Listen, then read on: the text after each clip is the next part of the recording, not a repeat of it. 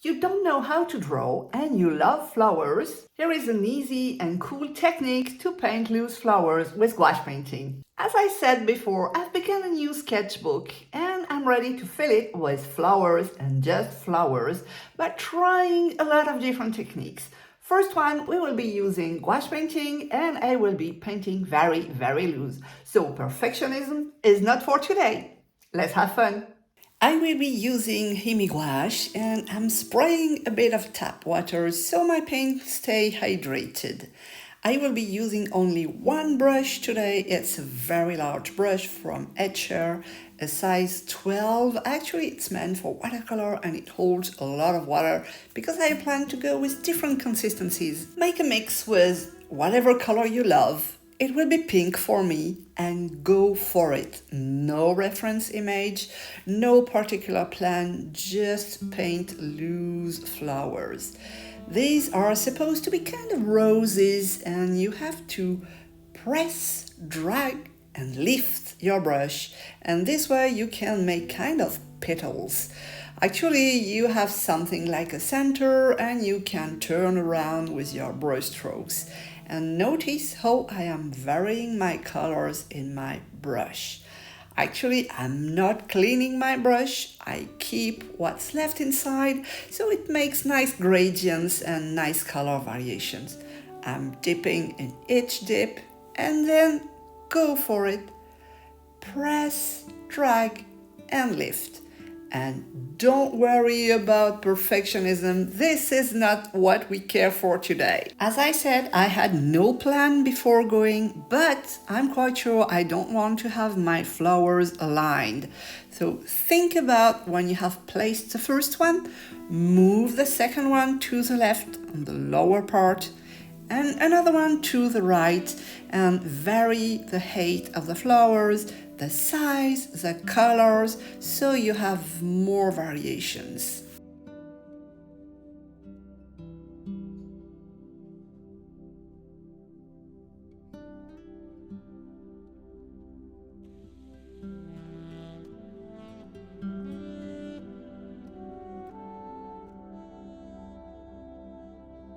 Once you have placed a flower, you can place another one behind it. So for this, you will slightly offset the center and make the petals but not touching the existing flowers. So it looks like it's behind it and it gives a bit more interest. So I'm doing this again, but I am changing the shape of the flower. Always press, drag, and lift your brush, but this time you will make kind of petal shapes. And as I have not cleaned my brush, you can feel and see the different colors that are still inside. When you need it, add more water because it will be easier to flow. And another good tip for you when you are making the petals is to rotate your wrist so you have an interesting turn in the petal. It's not completely flat and completely rigid because nature doesn't like straight lines.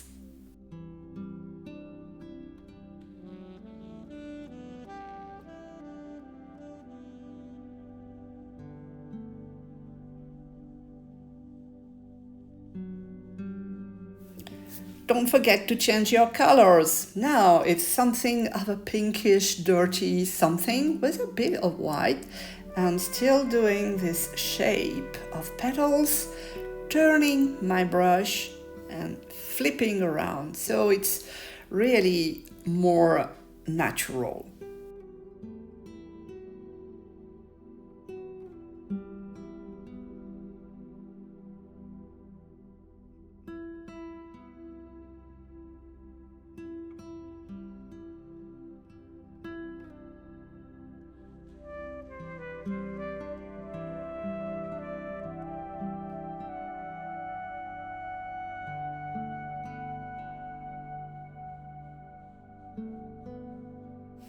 Let's move to something a bit more orangey because I felt it was a bit too the same color range.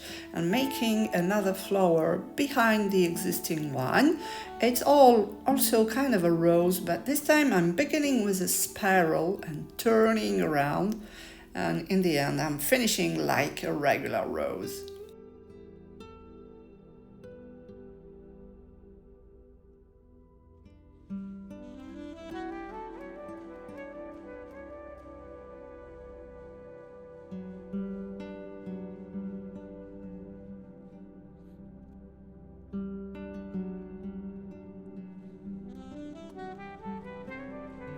Once you have placed your rose, you can go for a very strong and dark color to give it more dimension. And for this, I'm just dipping my brush inside the color directly without cleaning my brush. I think I'm happy with my composition. Now it's time for some green.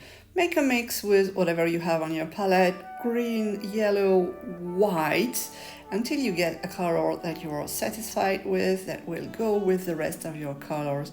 And I'm not planning really something, it's just random kind of shapes, not exactly circles because it would be too complicated to paint circles. I want to go loose today.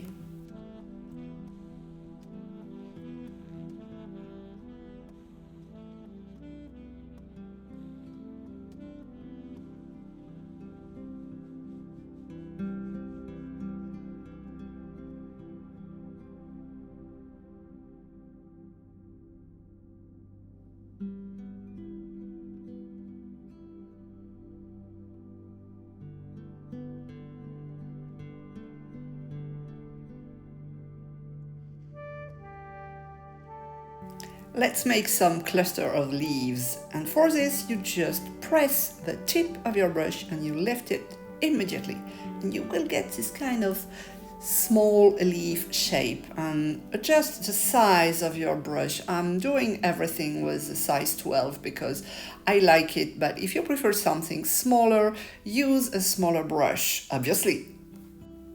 It's time for different shape of leaves, and this will be the same movement than with the petals in the roses. You just press, drag and lift, and you can turn a bit your brush, or you can press hard to have something really wide, or press light to have something really small and thin and delicate. And adjust the amount of water in your mix because sometimes it can be very hard to press and lift if your paint is too sticky.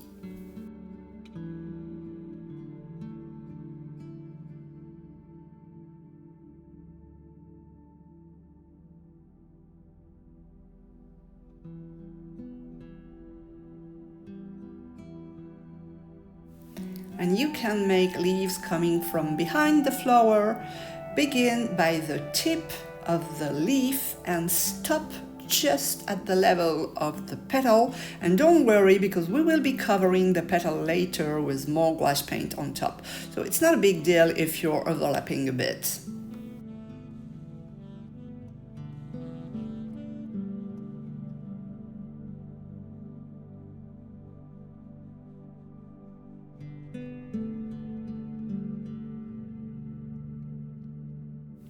A good way to add contrast is to use very dark color in some spots.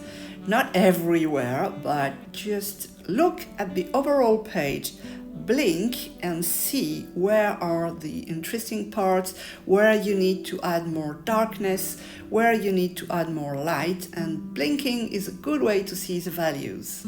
After adding the dark leaves, I need to get back some darker values in the flowers.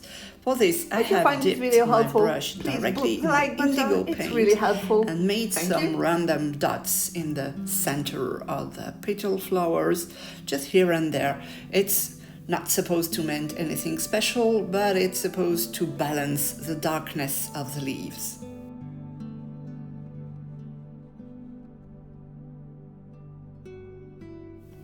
I feel that the white inside the flowers is really too strong, so I have dipped my brush in clean water and I'm just lifting up the existing paint with clean water. This is the magic of gouache. You can do whatever you want with it. The consistency is really cool because you can go from very watery to very strong and very thick. And if you want to learn more about gouache consistency, you can watch my video where I talk about the do's and don'ts about gouache consistency, and you have a link up there. Everything seems to go well together now, and I'm not cleaning my brush between two flowers, so I have a bit of left colors from the flower below, and that's really interesting because it tightens everything together. Now, get back to some more light. I'm dipping in the white and making some random brush strokes just to add more interest to the flowers because I think they were a bit too boring. Maybe on this one I'm getting a bit too messy and I will have to fix it later.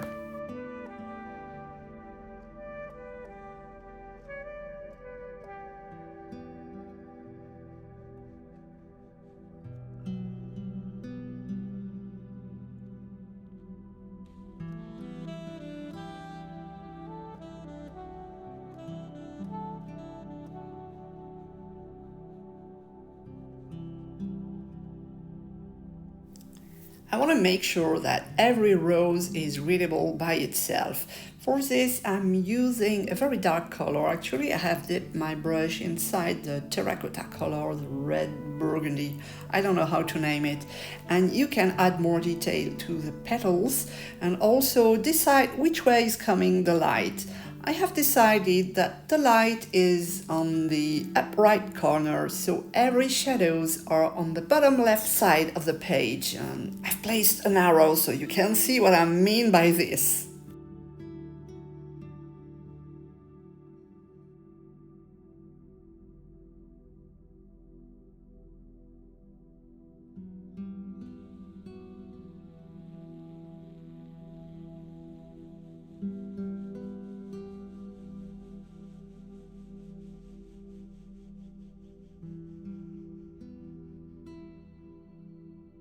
Well, I said I had to fix this flower. Oh, it's awful, really.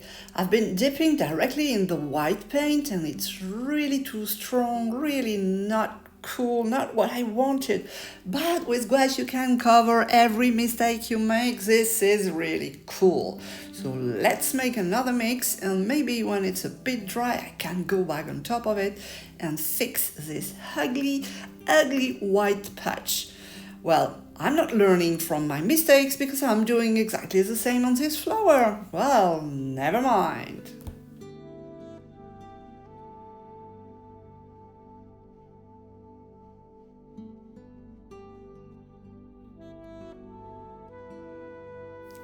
Notice how my brush strokes are much more careful at this stage of the painting.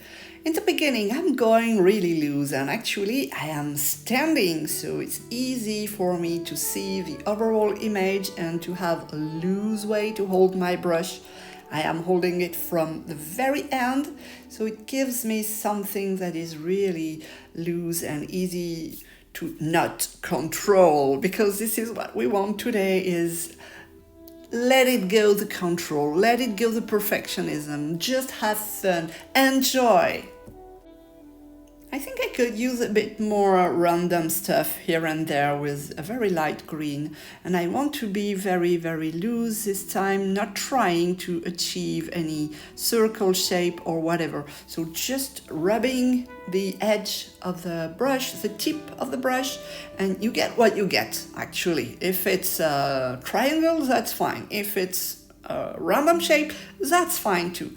Just think of varying the color, so grab what you have left on your palette and add here and there. Also, I'm still standing. Yes, I know someone said that in a song before, but just to say that if you are standing in front of your painting, it's really easier to get loose.